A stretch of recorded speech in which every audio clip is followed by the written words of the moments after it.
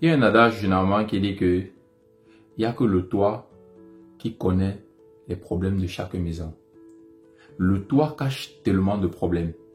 Pourquoi? Cela transpose tout simplement pour dire que dans chaque couple, il y a ses hauts et des bas. Il y a des difficultés, il y a des moments de joie, il y a des moments de peine, il y a des moments de pleurs. Il y a tout type de moments que vous pouvez ressentir. Mais comment se relever dans un moment de tristesse, dans un moment de difficulté, dans un moment de problème? En d'autres termes, comment résoudre les problèmes lorsqu'on est en couple? À tout de suite.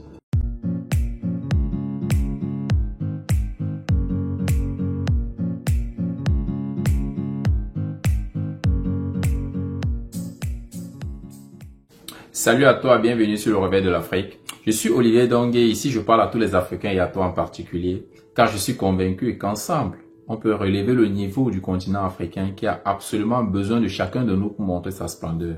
Pour ce, je te demande deux choses. La première, c'est de t'abonner à la chaîne, d'activer la cloche de notification pour recevoir en priorité et de façon privilégiée nos nombreuses futures publications. Et la seconde, c'est d'aller directement dans la barre de description, télécharger ce petit livret intitulé « Les 7 raisons de croire au réveil de l'Afrique ». C'est un petit livret vraiment très riche qui va t'aider à voir les prémices de ce que l'Afrique peut accomplir. Et je suis sûr qu'ensemble, on va aller très loin et très vite. C'est vrai, comme je le disais, beaucoup de personnes, beaucoup de couples ont des difficultés parfois. Ils vivent des moments de joie, des moments de gaieté, les moments de fête. Et malheureusement aussi des moments de tristesse, les moments de dispute. Comment faire pour résoudre les disputes lorsqu'on est en couple? La première des choses qu'il faut faire, c'est de se plaindre quand quelque chose ne t'arrange pas. C'est de se plaindre quand quelque chose te dérange. Pas quand tu ne peux plus supporter. Parce qu'il faut bien comprendre. Plains-toi quand quelque chose te dérange, pas quand tu ne peux plus supporter. Pourquoi? Parce que si on te fait quelque chose maintenant, si ton compagnon te fait quelque chose qui te dérange, qui te met mal à l'aise, interpelle-le directement à l'instant.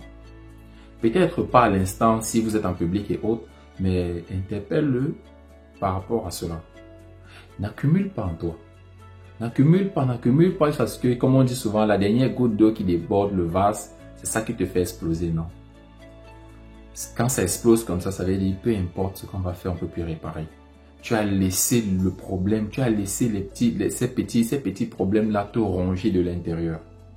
Donc, vraiment, il faut parler quand le problème te dérange à l'instant. Ne parle pas quand tu n'arrives plus à supporter. Vous voyez un peu? Et c'est quelque chose de primordial.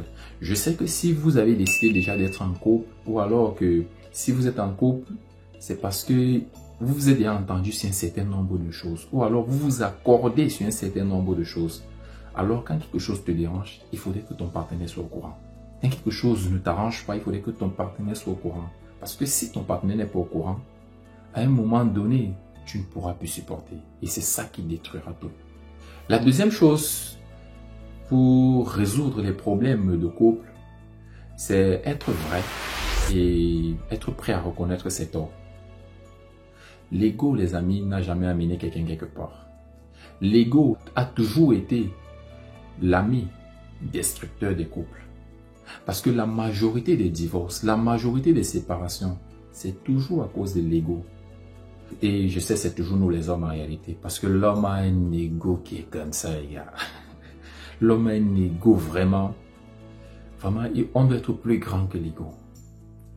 Reconnaître ton tort ne veut pas dire que tu es faible. Non. Mon frère, ma soeur, non. Reconnaître ton tort ne veut pas dire que tu es faible. Au contraire, c'est pour dire que tu es fort. C'est pour dire que tu es mature. C'est pour dire que tu sais pas, ça veut dire que tu es un homme avec grand H, comme on le dit. Parce que c'est important de reconnaître ses torts. De reconnaître qu'ici, j'ai mal fait. Oh chérie, vraiment, je m'excuse, j'ai compris. Ceci là, non, je t'ai vraiment causé du tort et vraiment, je te prie de m'excuser, ça ne va plus se répéter. Si c'est la deuxième fois, tu dis vraiment, je te prie de m'excuser, je vais m'améliorer. Mais il faut reconnaître son tort. Vraiment, c'est important. La troisième chose qui nuit beaucoup lorsqu'il y a des discordes entre un couple, c'est la communication. Comme je le disais, vous devez pouvoir communiquer. Vous devez pouvoir communiquer de façon fluide. Vous devez pouvoir échanger de façon fluide. Et quand je parle de communication, c'est le plus souvent dans la mesure du possible qu'il n'y ait pas d'intermédiaire. Vraiment de grâce. Pourquoi? Parce que quand tu parles chez X, tu dis non, regarde, elle m'a fait ça, elle m'a fait ci. Tu racontes pour que c'est toi qui aies raison. Si elle, c'est elle, va dire, non, il m'a fait ça, il a fait ci, il a fait ça. N'oubliez pas une chose, vous êtes un couple. Après toutes ces personnes-là, vous vous retrouvez à deux. Ça veut dire que vous devez en parler. Vous devez discuter. Ne mettez une personne au milieu de vous que lorsque c'est vraiment grave. Et ne mettez pas plusieurs personnes à la fois. Ne commencez pas par arriver, je ne sais pas, à raconter toutes vos vies à tout le monde. Ne faites pas ça. C'est ça qui fait en sorte même qu'on a le premier problème qui remplit l'ego après. Parce que ce que tu vas aller dire à l'autre, ou alors même à ta famille, toi tu vas pardonner ton compagnon, tu vas pardonner ta copine, mais ta famille ne va pas le pardonner. Ta famille ne le pardonnera pas. Comprenez un peu?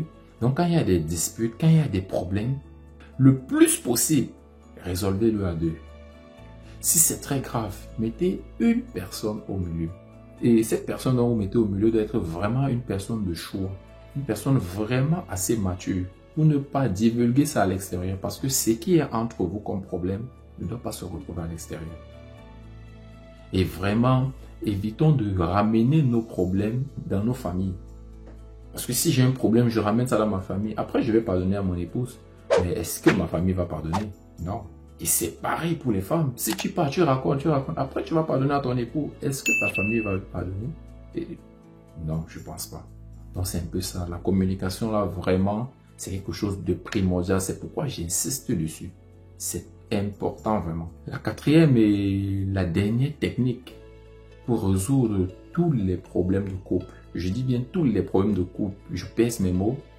C'est comme je le disais au départ, ça vise à résoudre directement l'ego qu'on a. C'est de pouvoir demander pardon. De pouvoir dire s'il te plaît. Et de pouvoir dire merci. Pardon, s'il te plaît, merci. Pardon, s'il te plaît, merci. C'est très important. Pourquoi? Parce que parfois l'ego te remplit. L'ego prend toute sa place là et tu n'arrives pas à demander pardon. Même quand tu sais que c'est toi qui as tort. Parfois, la façon même de parler à l'autre, tu parles comme si c'était à ton enfant. Tu t'adresses comme si c'était, je sais pas, comme si c'était, je sais même pas comment, comme un animal. Non.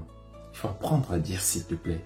Pour que la personne se sente valorisée. Pour que la personne, en fait, c'est même une forme de politesse. On ne doit même pas dire ça à quelqu'un. C'est une forme de politesse. Et la troisième chose, c'est de pouvoir dire merci. Quand la personne te rend un service, quand la personne te fait même à manger, quand la personne rationne à la maison, quand la personne se sacrifie pour la famille, il faut apprendre à se dire merci. C'est vraiment important. Je pense que ces 4 techniques peuvent vraiment répondre à tous les problèmes de couple. Si tu connais une personne qui a des difficultés dans son couple, qui traverse des moments difficiles, envoie-lui cette vidéo. Et que la personne puisse simplement appliquer. Et même des personnes qui n'ont pas encore de difficultés, afin qu'elles soient prévenues et afin qu'elles sachent comment se comporter en cas de problème. Personne n'est épargné de problèmes dans son couple, sincèrement. Tout le monde. Peu importe. Comme on dit, il n'y a que les toits qui cachent l'intérieur des maisons. Sinon, vous n'allez pas croire.